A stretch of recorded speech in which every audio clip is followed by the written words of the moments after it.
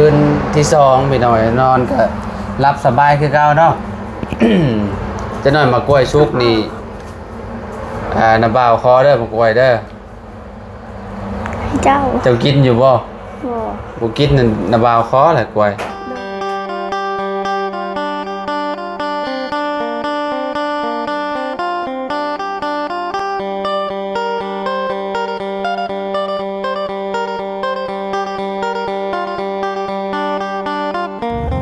มาพี่น้อยเนาะทางสร้างแหล่เพิ่นก็มาแล้วเนาะพอดีว่านัดกับสร้างไงเพิ่นพี่น้องเนาะสบายดีได้เด้อสบายดีนัดเห็นเรามาเบิ่งอันที่แรกพื้นอันน่ะเฮือนน้องเลี้ยงพี่น้อยเนาะอ๋อโตม่วนยางกระดอกกระเดี่ยแท้นี่เปิดเพลงกันตู้พอเพิ่นได้ตึ้มอยู่นะพี่น้อยเนาะโอ้ตู้เนาะพี่น้อย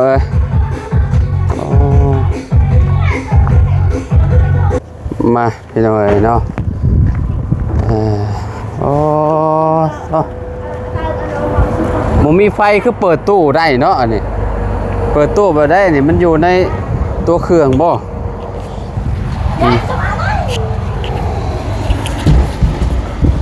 จริงๆมานั่งชมวิวอยู่นี่บ่มาว้าวเรื่องเทพื้นเราได้บาทนี่มาบทว้าวยังหลายเลยพี่น้อยเนาะนี่แหละตามนี่แหละตามสายค่านี่แหละสายค่าเลยบ่นี่เอาตามให้มันอยู่โต๊ะนี่เวลาฝนตกก็ให้มันไหลออกพุ่นแหละมองหอมนี่แหละหอมนี่ซื้อนี่เลยเนาะแมนชื่อนี่แหละซื้อพัดลมลงนี่เนาะแมนทางนี้ก็ตามตัวนี้แหละแล้วนี่แหละบอกว่าพี่เลยตัวนี้ก็แมนให้มันเป็นหม่องอันนี้พอดีแล้วนะอย่างตามหอมนี่เลยกับทางหลังคือกันนั่นแหละอ้อมเลยนะเอาง่ายอ้อมเลยทางหลังนี่ก็แมนอ้อมนี่แหละอ้อมตามมันนี่แหละใส่คาตัวนี้แหละเวลาฝนตกมันก็สิตกลงมาพี่ครับเนาะมันก็สิไหลลงไปพุ่นมันได้ขุดตัวนี้อีกเนาะแปลงตัวนี้แปลงแต่นี่มันคือเทเท่าไร5 เส้นบ่ประมาณ5 เส้นนี่ประมาณจะขอมือฮะ5 เส้นได้บ่2นี่2เนาะ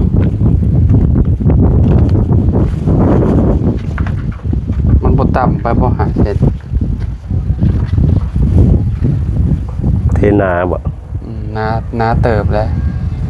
แล้วอยากให้มันทางกลางนี่โน่นแน่นะทางกลางนี่บ่อยากเวลาน้ำมาแล้วบ่อยากให้มันโหงบ่ได้ให้มันลงในนี่เนาะแม่นให้มันลงมาพุ่นก็ได้เวลาฝนสาดเข้ามาแล้วให้มันไหลออกนะเอาง่ายให้มันชี้นูนๆน่ะตรงกลางให้มันเวลาฝนตกก็คือสิบ่นั่นยันแต่มันพาแล้วมันต้องเข้าอยู่แล้วมันพะเข้ามาแล้วให้มันไหลออกมองได้มองหนึ่งหรือว่าไหลไปฝั่งนั่นก็ได้ไหลไปข้อยเอาบ่เฮ็ดข้อยเอาเนาะเฮ็ดแบบชี้ค่อยๆนี่นูนกลางนี่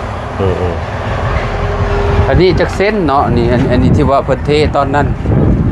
อ้าวเจ้าของเฮือนนอนหากระตื่นบ่สบายดีเด้นี่จักเส้นซะนี่ 4-5 เส้นประมาณ 4-5 เส้นคือกันนี่ก็ได้เนาะแม่นล่ะกับพอดีงามได้สำนี้ก็ได้พี่น้องนี่ประมาณ2 ข้อมือเนาะนั่นแหละบ่แบบว่าบ่ให้น้ำมันขังอยู่กลางนะให้มันสีค่อยๆนี่เฮาก็เทค่อยลงพี่เทค่อยลงมาพี่เวลาฝนตกมันสาดจังได๋มันก็สาดอยู่แล้วเนาะแต่ว่ามีแต่พยายามบ่ให้มันอันนั้นประมาณ5-6 เซนนะเนาะ5-6 เซนเอา6 เซนซะมันสำนี้มันก็หนาอยู่ได้พี่น้อยนี่เห็นบ่หนาเด้โหได้อยู่สำนี้นะ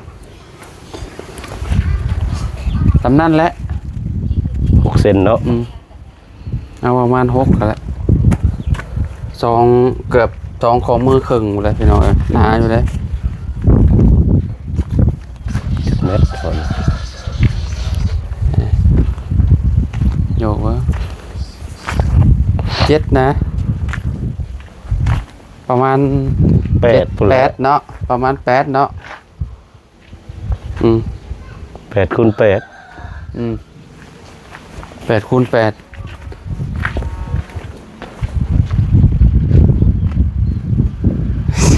มันอยู่ห่มพี่ป่านนี้ฮู้เลยคือสิบ่ได้ปรับหยังหลายติพื้นเนาะมันอันนั้นอยู่ ได้ปรั๊บแล้วเอาทรายแล้วเขาคันเอาบ่ปรั๊บมันเปลืองนะเท โดยเอาทรายมาปรับนี่เนาะ แม่นล่ะ ปรับแถวหมองมันค่อยนี่เนาะแถวนี่แหละแถวมันเป็นคุมเป็นบ่อนี่แหละเนาะพวกกระเจ้าเมื่อนั่นกระเจ้าขุดเอาหมองนี้เลยกระเจ้าเอาใส่นี่นะเห็นในคลิปดอกช่างนะขุดอยู่นี่จนเป็นคุมกระเจ้าพากันเอามาถมใหม่ได้นี่เจ้าขุดมันนั่นนี่คือเจ้าเทนี่นะเททานนี่นะรูปเป็นรูปคนปั๊บวางสิขึ้นเทือนบัดนี้ได้จังได้ซ้ำนี่นะเอาทรายมานี่เนาะมาปรับแถวหน้ามันเนาะได้ปรั๊บนะ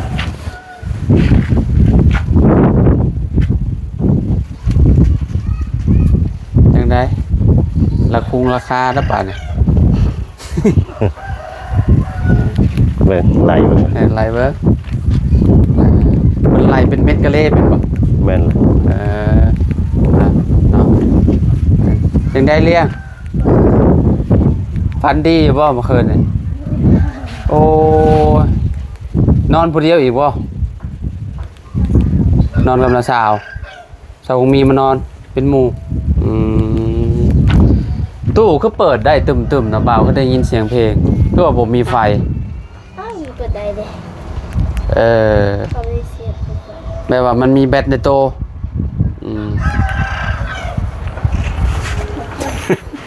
คนที่ออกมายิ้มเลยสร้างคือไล่ตามกันเล่กับประมาณ5 ล้านนะ5 ล้านบ่แม่นล่ะเพราะว่าวันนั้น7เนาะมันเป็น8นะเมื่อนั่นเฮาคำนวณไว้ซื่อๆเนาะคำนวณไว้ซื่อแบบว่าคร่าวๆอ่ะนะ5 ล้านแม่นล่ะลดได้จำได้หรือว่าบ่ลดเลยหรือว่าบ่ได้บ่ลดเท่าไหร่นั่นแหละ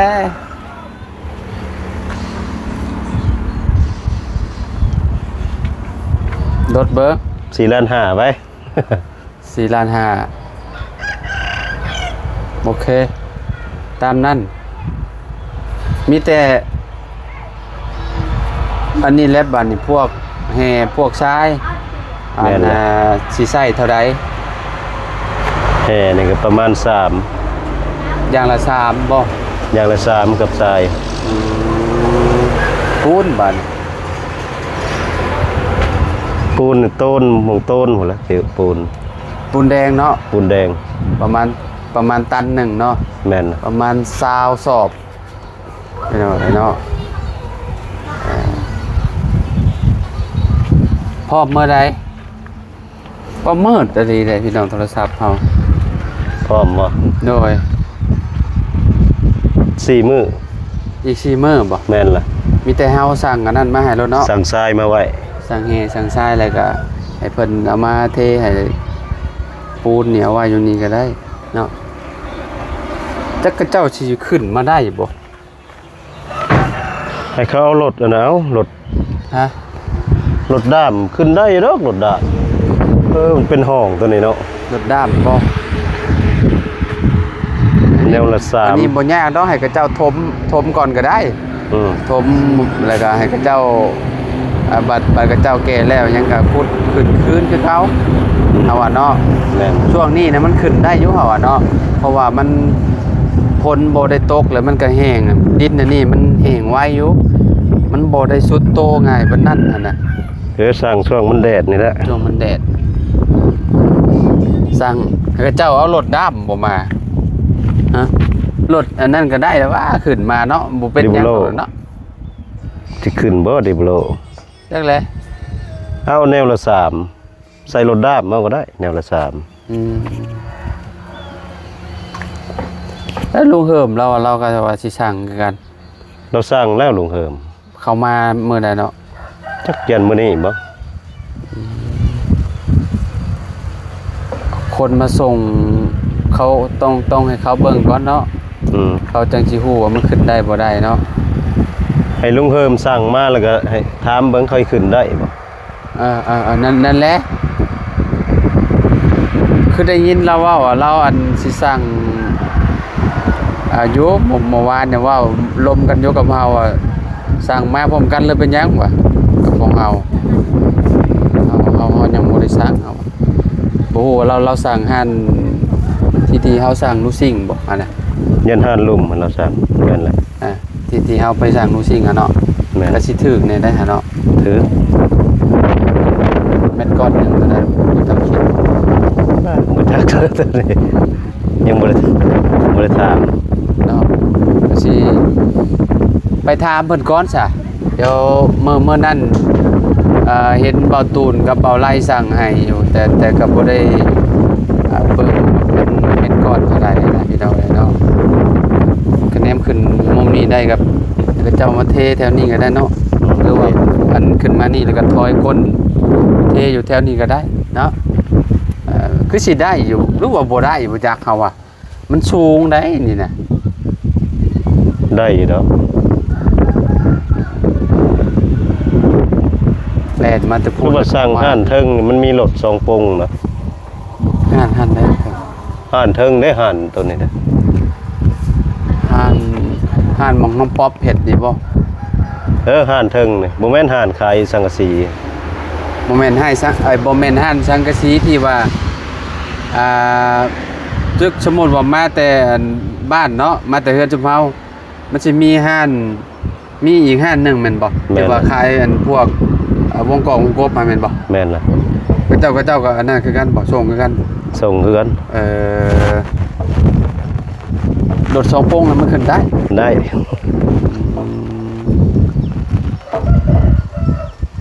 ลองเบิ่งซะมื้อนี้สิไปถามกับเจ้าลองเบิ่งเพราะว่ายันฝนตกนี่นะช่วงนี้มันคือว่าแดดๆนี่เนาะแต่หน่อยฝนตกฟ้าลงอีกงานเข้าอีกแล้วนี่ดนหมดแล้วแต่ก็ฮู้ราคาแล้วก็สบายใจแล้วบัดนี้พี่น้อยเนาะก็สิได้หาเวลาไปสั่งเพิ่นเนาะคันว่าเพิ่นมาได้ก็ให้เพิ่นมาส่งให้น้องเลี้ยงเพิ่นเลยเนาะไปทางใดต่อซะบัดนี้ เฮ็ดทางบ้านนั่นน่ะสะทึม สิแล้วเหรอบ่ โอ้ยยังติดบัวอีกสองมื้อนะติดบัว โดยทางอันนี้สร้างกระหับคือเก่าบ่ ครับคือเก่า แล้วบ่ได้สิได้มาลงมาแบ่งกันมาเฮ็ดพี่ 4 มื้อ ก็สิ4มื้อมันคือเว้านี่แหละนะ แม่นล่ะ เพราะา แล้วตัวนี้ก็ต่อเลย โอเคจ้ะเนาะโอเคจ้ะขอบใจหลายๆเนาะเดี๋ยวเฮาสิไปจัดการเรื่องอันนี้ก่อนพี่น้องบัดนี้เรื่องปูนเรื่องแห่เรื่องทรายก่อนเนาะอย่างละ3เนาะอย่างละ3เม็ดก่อนพี่น้องเนาะโดยไปให้ทางสร้างไงเพิ่นไปเฮ็ดเวียกต่อก่อนบัดนี้พี่น้องเนาะเดี๋ยวขึ้นไปล้มกับเจ้าของเฮือนเพิ่นก่อนเนาะโดยขอบใจหลายๆเด้อไปพ้อกันอีก4มื้อคันว่า ฝนบ่ตกได้เฮามื้อนี้สิไปลองเบิ่งพี่น้องเนาะสิไปทางห้านอุปกรณ์ก่อสร้างก่อนให้เพิ่นมาส่งอยู่นี่เลยพี่น้องเนาะขี่รถมาเมื่อกี้นี่เพิ่งตอดบ่โอ้ได้3ตาพอดีเลยนี่เนาะพี่น้องมาบ้านนี้มาหาทางเจ้าของเฮือนก่อนพี่น้องเนาะทางน้องเลี้ยงเนาะเนาะมาสบายดีอีกเทื่อนึงเนาะเป็นไดล่ะพ่อกับแม่บ่ได้มานอนนำคือเก่านอนพอดีคือเก่าเนาะพี่น้องกินข้าวกินน้ำแล้วยังกินข้าวฮะ น้ำทันจริง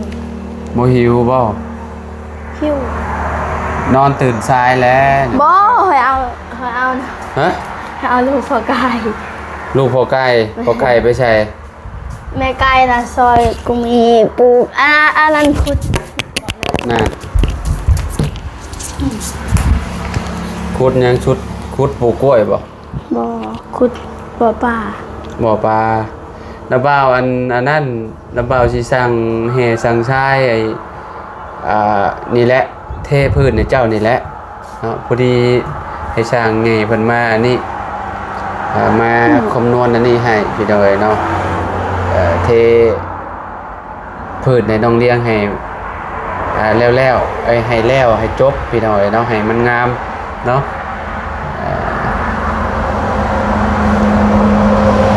นอนกับบ่ฟันนอนเทือนก็ได้เนาะคืนที่2พี่น้อยนอนก็รับสบายคือเก่าเนาะ จะนอนมากล้วยชุกนี่น้าบ่าวคอเด้อมากล้วยเด้อ เจ้า เจ้ากินอยู่บ่ บ่ บ่กินนั่นน้าบ่าวคอแหละกล้วย โดย เอาไปบบเมียนกินยามเช้าโอ้คักเด้พี่น้อยพุ่นน่ะเอา ตะกู ไผซะเอาอันน่ะน้องไก่น่ะไผเอาฮะ ร้องไห้ มาบัดนี้พี่น้อยเนาะ อันก่อนบ่ พุ่น จริ น่ะ งนะ แม่เจ้ามาเลยซึ่งมาแต่แซ่เลยฮัลโหลสบายดี อันยำเป็น โอ้ย อันก่อนแต่ เป็นอะไรคือบ่มานอนเฮือนนอนชาน จะไปแม่ นอนอยู่ไสนี่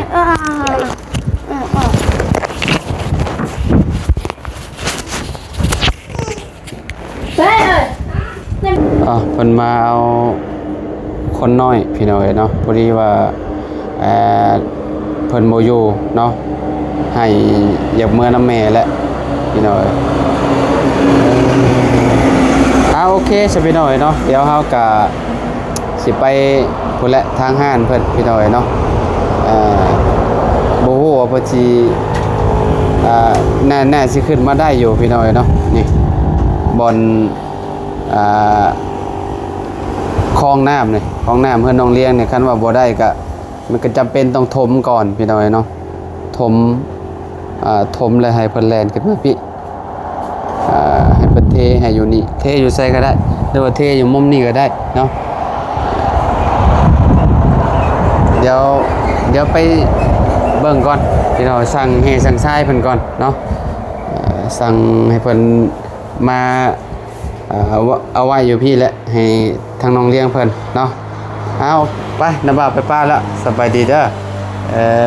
ไปจริงๆสบายดีเนาะเอาอยู่ดีมีแฮงพ่อแม่พี่น้องเนาะขอบคุณ FC เบิร์ดสุขุสุขคนเนาะที่ติดตามและเป็นกำลังใจให้เด้อพี่น้องเด้อเนาะสำหรับคลิปนี้เฮาก็ไปแล้วสบายดีพบกันใหม่พี่น้องเนาะ